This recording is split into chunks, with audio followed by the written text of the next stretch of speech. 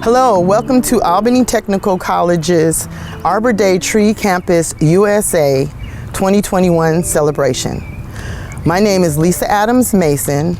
I am the Environmental Horticulture Instructor Chair for Albany Technical College. This year, we're celebrating virtually our celebration for Arbor Day because of the pandemic, COVID-19. This year, Albany Technical College is doing a reforestation process. We will be showing you what we do when trees are destroyed by natural disasters. And here to give you more information about that is George Paul, landscape consultant for Albany Technical College. Good morning, and as always, it's a great pleasure to be out here on Albany Technical College's campus. My name is George Paul. I'm the landscape consultant, former horticulture instructor, retired, and I've been challenged with the job of doing various things on campus projects and also doing reforestation after storm damage. Back during Hurricane Michael, we experienced a lot of storm damage throughout our campus. And what we had to do at the beginning of immediately after the storm is we had to first make the campus safe, and we had to do away with what we call in the industry widowmakers, which are branches that are hanging that could fall on someone, and also trees that are in unsafe condition. Unfortunately, we had lost a good many trees during the storm and following the storm. But as always, Albany Technical College has been very proactive in tree stewardship. After the storm, after we made the campus safe, we did an inventory of our losses and did an accurate count on the trees that we lost from the storm so that we could mitigate and replace those trees. And I've been lucky to have been included in this project. Albany Tech has always been very good at replacing trees. We've planted many more trees than we've ever removed. You may see behind me, all these are trees that are going to replace trees that Hurricane Michael took away from us. We have dogwoods, which are Georgia native.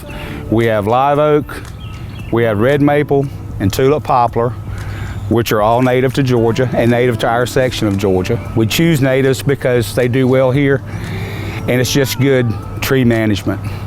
And after the storm and everything, we've finally gotten to the point that we are actually replacing trees and putting trees in the ground. And that's one thing that we all need to remember, even people that don't work in the landscape industry. When we lose trees, whether it be in an urban environment like we have here on Albany Technical College's campus, or in a woodland environment to where we may be cutting trees for lumber and pulp, we always need to replant more than what was either taken from us by storms or being taken for man's use. That's one reason why I am so glad to be involved in this project, and it's indeed been a pleasure to be invited by Miss Adams Mason to participate in this Arbor Day observance today. Thank you very much. Thank you, Mr. Paul, for explaining the reforestation process that we're doing here at Albany Technical College. Now I'd like to demonstrate how we would plant a sapling tree by my students of the Environmental Horticulture program. Step 1, unpack your trees. Remove all packing material. Carefully untangle the roots and soak the roots in water for 3 to 6 hours. Do not allow the roots to dry out.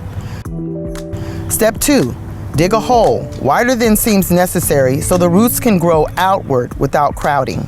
Remove any grass within a 3-foot circular area to aid in root growth.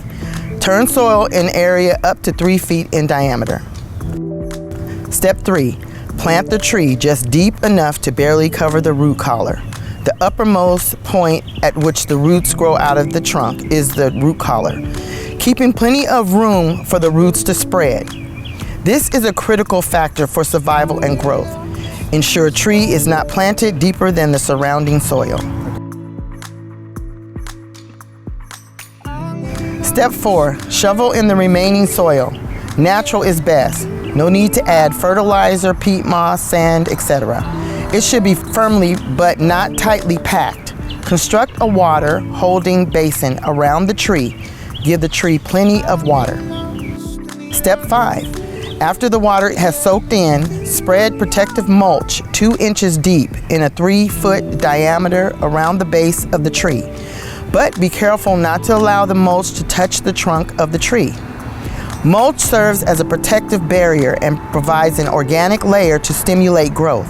Thank you for celebrating Albany Technical College's Arbor Day 2021 Tree Campus USA with us here at the Environmental Horticulture program.